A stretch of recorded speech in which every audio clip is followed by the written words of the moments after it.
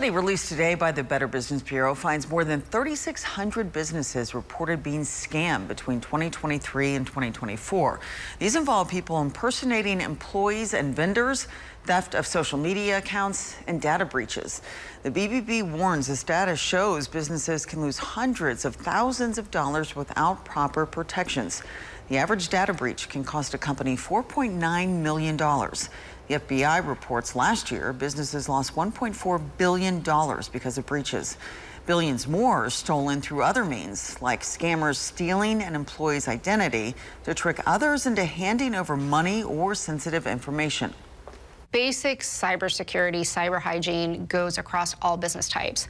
The thing with small businesses and even medium-sized businesses they need to understand is that scammers actually see them as good targets because when you're a 1 or 2 person shop, you don't have a dedicated IT team. So they're counting on you not paying attention.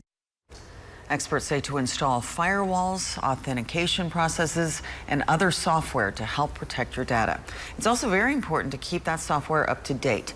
Businesses should also train their employees to know what to look for. Most scams can be avoided with proper education, like knowing about common scams.